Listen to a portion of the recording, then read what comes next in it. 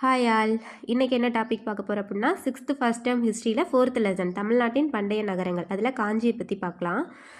இதில் வந்துட்டு எந்த மாவட்டத்தை என்ன நகரம் அப்படின்னு சொல்கிறாங்கன்னு கொடுத்துருக்காங்க. பாருங்கள், புகார் துறைமுக நகரம், மதுரை வணிக நகரம், காஞ்சி கல்வி நகரம். ஓகேங்களா? இதை எப்படி ஞாபகம் வச்சுக்கலான்னா, நான் எப்படி ஞாபகம் வச்சுக்கிறேன் அப்படிங்கிறத உங்களுக்கு சொல்கிறேன். உங்களுக்கு யூஸ்ஃபுல்லாக இருந்துச்சுன்னா நீங்களும் அது மாதிரி படிச்சுக்கோங்க. மதுரைங்கிறத என்ன சொல்வோம்? தூங்கா நகரம் அப்படின்னு சொல்வோம். அதுக்கப்புறம் அங்கே 2 வகையான அங்காடிகள் இருந்துச்சு, நாலங்காடி, அல்லங்காடி. அங்காடினா என்னன்னு தெரியும்ல, அங்கே தான் வணிகம் பண்ண முடியும். இப்போ வணிக நகரம்.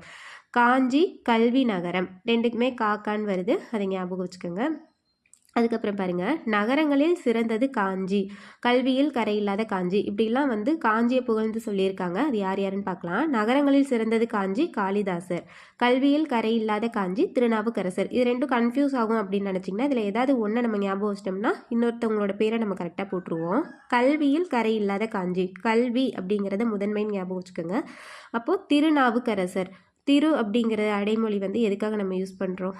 அவங்கள வந்து உயர்வுபடுத்தி சொல்கிறதுக்கு தான். அப்போது கல்வி அப்படிங்கிறத சொன்னவங்க திருநாவுக்கரசர் அப்படின்னு ஞாபகம் வச்சுக்கோங்க. புத்தகயா, சாஞ்சி போன்ற 7 இந்திய புனித தலங்களுள் காஞ்சியும் ஒன்று அப்படின்னு சொன்னவர் சீன வரலாற்று ஆசிரியர் யுவான் சுவாங். இந்த யுவான் சுவாங் யார்?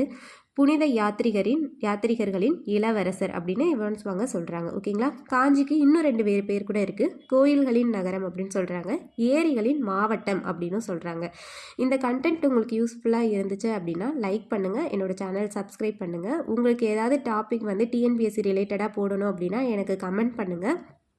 நான் அந்த டாப்பிக்கை உங்களுக்காக வீடியோவாக போஸ்ட் பண்ணுறேன். தேங்க்யூ.